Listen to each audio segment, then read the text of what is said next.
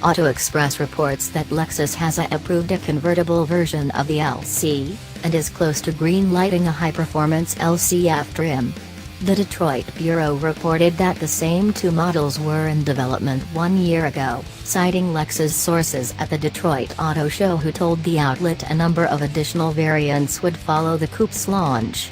The timeline's been stretched a bit between then and now. Instead of getting the convertible this year, Auto Express says the done deal drop-top should arrive in 18 months to 2 years.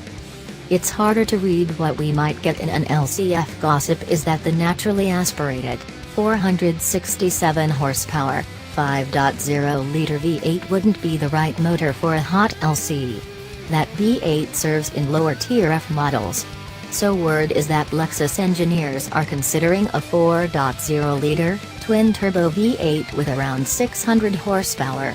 Lexus chose the BMW 650i, Mercedes-Benz S-Class Coupe, and Jaguar F-Type as competitors to the LC, all of which have convertibles and high-performance trims. Among the specially tuned challengers, the Jaguar F-Type R comes in with the lowest power figure at 550 horsepower. Both models would return Lexus to a small, exclusive end of the market where it hasn't held a membership since 2010.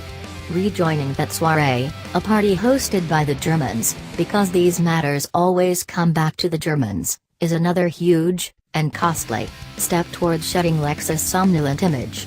Akio Toyoda said the goal for his luxury arm was that the words Lexus and boring never appear in the same sentence again. A 3-model lineup would give the LC a genuine chance to contribute to that aim.